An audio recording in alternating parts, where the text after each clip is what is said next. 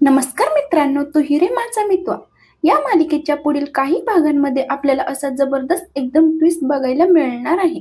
आता ईश्वरी आणि अर्णव राकेशला त्याच्या जाळ्यात अडकवणार आहेत आणि अंजली समोर त्याचा खरा चेहरा आणणार आहेत।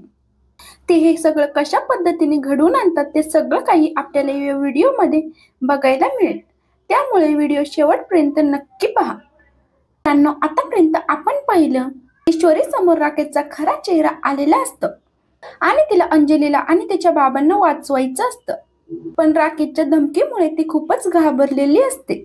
ईश्वरीला काही करून अर्णवशी बोलायचं असतं, त्याची माफी मागायची असते, त्यामुळे ती अर्णवला बाहेर बोलावून घेते। ती म्हणते, अर्णव सर, तुम्हाला माहिती नाहीये, राकेश तुमच्या बहिणींना अंजली ताईंना मारण्याचा प्रयत्न करतोय। ते अर्णव म्हणतो की हो मी सिंदूर, मला सगळं काही माहिती आहे। तर ईश्वरी म्हणते, पण त्या राकेशने आपल्या ताई बरोबर काही वाईट केलं तर? ते अर्णव म्हणतो की हो, याच भीतीने मी शांत आहे आणि याच भीतीने इतका प्रयत्न करून सुद्धा तुला सत्य सांगायचं राहून गेलं। तेव्हा ईश्वरी म्हणते, मग अर्णव सर, म्हणून तुम्ही स्वतःचं आयुष्य पणाला लावलं का? तेव्हा अर्णव म्हणतो, हो, कारण मला तुझ्या आयुष्याची माती होऊ द्यायची नव्हती। तेव्हा ईश्वरी म्हणते, काय इतकं? ते पण माझ्यासाठी? मी कोण होते तुमची? सांगा ना अर्णव सर, तुम्ही माझ्यासाठी इतकं का केलं? अर्णव मात्र एकदम शांत बसलेला असतो। तर ईश्वरी म्हणत असते की सांगा ना अर्णव सर, मला माझ्या प्रश्नाचं उत्तर हवंय।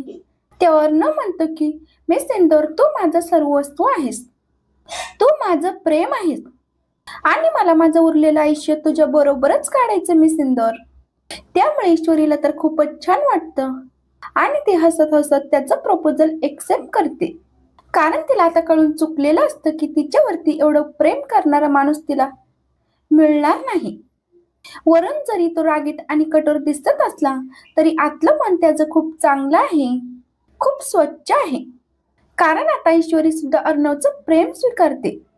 त्यामुळे ईश्वरी अर्णवला मिठी मारते आणि दोघेही आता एकमेकांच्या मिठीत असतात आणि एकमेकांकडे बघून त्यांच्या डोळ्यांमध्ये बघून हरवून गेलेले असतात। तर ईश्वरी अर्णवच्या मिठीत राहून म्हणते, सर, तुम्हाला किती त्रास झाला असणार आहे, तुम्ही किती मोठ्या धर्मसंकटात अडकले असणार आहे, पण आता तुम्हाला हे सगळं काही सहन करण्याची अजिबात गरज नाही। एक जीवनसाथी म्हणून मी तुमची साथ देईन। आपण दोघे मिळून त्या दोघांचा खरा चेहरा आपण सगळ्यांसमोर आणूया। आता जर आपण अंजली ताईंना हे सगळं काही सत्य सांगायला गेलो तर त्या काही आपल्यावर विश्वास ठेवणार नाही, राकेशला जाऊन प्रश्न विचारणार आणि राकेश यात संधीचा फायदा घेऊन त्यांना मारू सुद्धा शकतो, ज्यामुळे आपल्याला असं काहीतरी करावं लागेल की अंजली ताईंच्या समोर त्याचं सत्य आपोआपच येईल आणि तेही आपण न सांगता। ते अर्णव म्हणतो, मी सिंदूर, तू अजिबात काळजी करू नकोस, आता हे सत्य तिच्या समोर कसं आणायचं ना हे मी बघतो। माझ्या डोक्यात एक भन्नाट आयडिया आली, आता मी तुला जेवढं सांगेन ना तेवढंच तू कर। असं म्हणत तो ईश्वरीला एक प्लॅन सांगतो आणि ईश्वरीला तो प्लॅन खूपच आवडलेला असतो।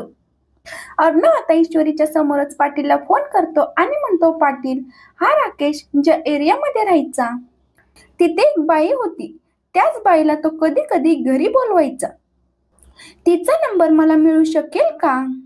तेव्हा पाटील म्हणतो, अर्णव सर, मला फक्त 2च मिनिटं द्या, मी लगेच नंबर काढून देतो। असं म्हणत तो नंबर काढतो आणि अर्णवला देतो। अर्णव म्हणतो, यस, आता खऱ्या खेळायला सुरुवात होणार। तर ईश्वरी म्हणत असते, सर, पण तुम्ही त्या बाईचा नंबर का घेतला, तुमचा काय प्लॅन आहे? तेव्हा अर्णव म्हणतो, सगळं काही कळेल, फक्त आता तो बघत जा पुढे काय काय घडतं ते। असं म्हणत तो त्या बाईला फोन करतो। त्या बाईला सुद्धा राकेशचा खूपच राग आलेला असतो, कारण राकेश हा तिच्यासोबत खूप वाईट वागत असतो, एखादी वस्तू असल्यासारखं तिला ट्रीट करत असतो। आता या सगळ्याचा बदला म्हणून ती सुद्धा अर्णवला साथ देते। तेव्हा अर्णव म्हणतो, हे बघा, राकेश कसा आहे हे तुम्हाला वेगळं सांगायची काही गरज नाही, त्याला जर धडा शिकवायचा असेल तर त्याचा खरा चेहरा सगळ्यांसमोर आलाच पाहिजे। अर्णव म्हणतो, मी त्याच्या बायकोचा भाऊ आहे, तो राकेश माझ्या बहिणीच्या जीवाशी खेळतोय, तिला फसवतोय, तुम्हीच आता काहीतरी करू शकता, माझ्या बहिणीला आता तुम्हीच वाचवू शकता। त्यावर ती बाई म्हणते की ठीक आहे, मला तर त्याला चांगलाच धडा शिकवायचा आहे, तेव्हा अर्णव म्हणतो की माझ्याकडे एक प्लॅन आहे. तुम्ही जर माझी साथ दिली तर तो चांगलाच गोत्यात येईल. तुम्ही माझी साथ द्याल का? तेव्हा ती बाई म्हणते की हो, मी साथ द्यायला तयार आहे, पण करायचं काय? तेव्हा अर्णव म्हणतो उद्या सकाळी तुम्हाला आमच्या घरी यायचे. आणि अशा प्रकारे तो पुढचा सगळा प्लॅन त्या बाईला सांगतो. ईश्वरी सुद्धा बाजूलाच उभी असते आणि तिने हा सगळा प्लॅन ऐकलेला असतो. ती म्हणत असते की वा अर्णव सर, काय मस्त आयडिया आहे. उद्या आता या राकेशचा सगळा खेळ संपणार. आता फक्त उद्याची वाट बघायची मला. तर आता ठरल्याप्रमाणे सगळं काही घडत असतं. ईश्वरी आता अंजलीला घेऊन बाजारात जाणार असते, कारण हाच त्यांच्या प्लॅनिंगचा भाग असतो.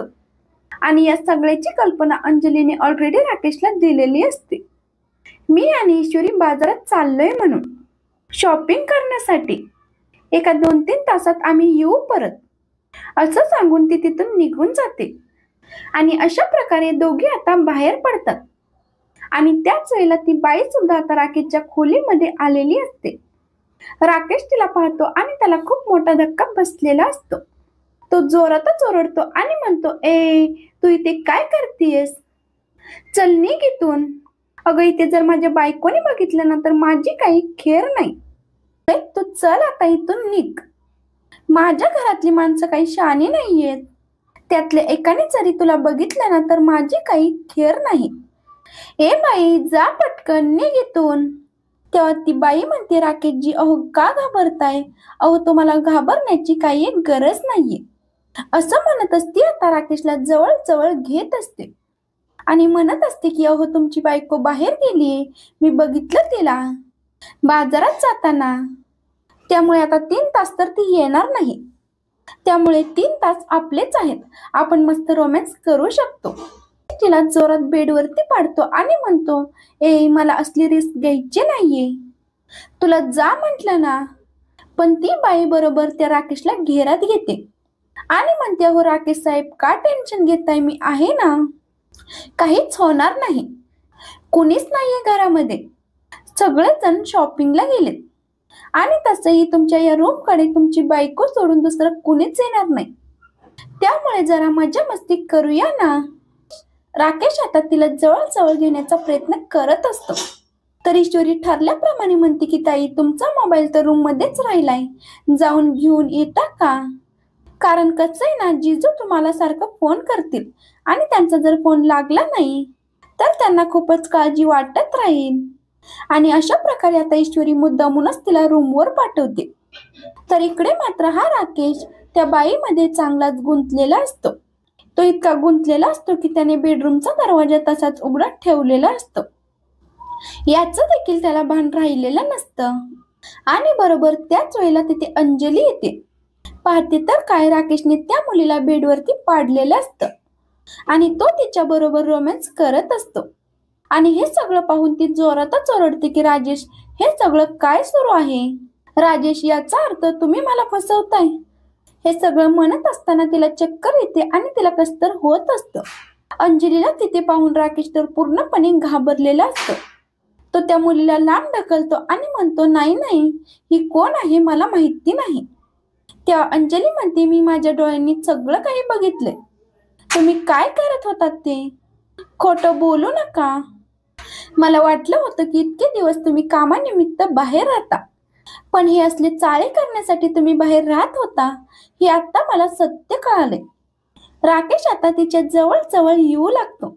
तर अंजली जोरातच ओरडून म्हणते की लांब, मला हात सुद्धा लावायचा नाही. तुमच्यासारख्या माणसावर प्रेम केलं ही माझ्या आयुष्यातील सगळ्यात मोठी चूक निघाली.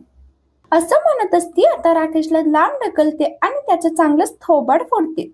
हे सगळं बोलत असताना तिला चक्कर येते आणि ती खाली पडते. त्या तिला चक्कर आल्यामुळे सगळे तिथे जमतात आणि अर्णव तिला बेडवर उचलून टाकतो. तिला सगळे पाणी पाजत असतात, पण अंजली काही शुद्धीवर येत नाही. त्यामुळे अर्णव, ईश्वरी सगळेच खूप टेन्शन मध्ये असतात. सगळेच खूप घाबरलेले असतात. तर आता पुढे काय होईल हे पाहणं खूपच इंटरेस्टिंग असेल.